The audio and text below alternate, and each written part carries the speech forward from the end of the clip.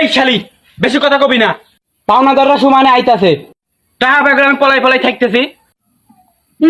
আর আমার টাকা পড়ে আছে মানসির বাড়িতে। হ্যাঁ যাবা করে কইতাছে আও মনে হয় আমার বাপের টাকা কামাই করে দিয়াইছে। বেন্নি শালি বেশি বাড়াবাড়ি করিস না। এই শালি তোর বাপের কাছে আমি টাকা চাইতে গেছিলাম, তোর বাবা আমার হাইতে 1.5 লাখ টাকা দিছে। আমি কি চাইছিলাম? 1 লাখ টাকা দিছে আর 50,000 টাকা আমি পাবো। ওই টাকা দেওয়া লাগবে না? 50,000 টাকার মালিক আমি না রে। কে টাকার পরিবর্তে গরু দেয় নাই, আবার টাকা চাও কে? এককে স্যান্ডেলে বাই দেবো নোটি। গরুকে আমি নিতে চাইছিলাম, তোর বাপই তো আমার হাইন্দা দিছে।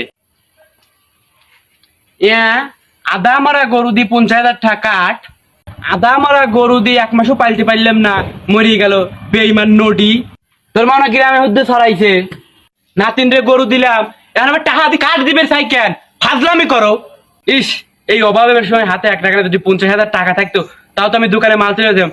এখন যে ব্যবসা হচ্ছে, তুই ঘরের বউ হয়ে এই কথা বলিস না। মাগি আজকেই তুই তোর বাপের বাড়ি যাবি, তোর বাপের বাড়িতে টাকা নিয়ে আসবি। তুই টাকা না নিয়ে আসিস তোকে আমি এই সংসারে আর রাখবো না। তোর বাপের কানের মধ্যে হান্দায়া দিয়ে আসিস, আর তুই যদি টাকা না নিয়ে আসিস তোকে আমি এই সংসারে রাখবো না। অত সুদা না, আমার বড় ভাই দারোগা, তোর হাজতে তুলবো রে গুলাম। মাগি কয় কি রে?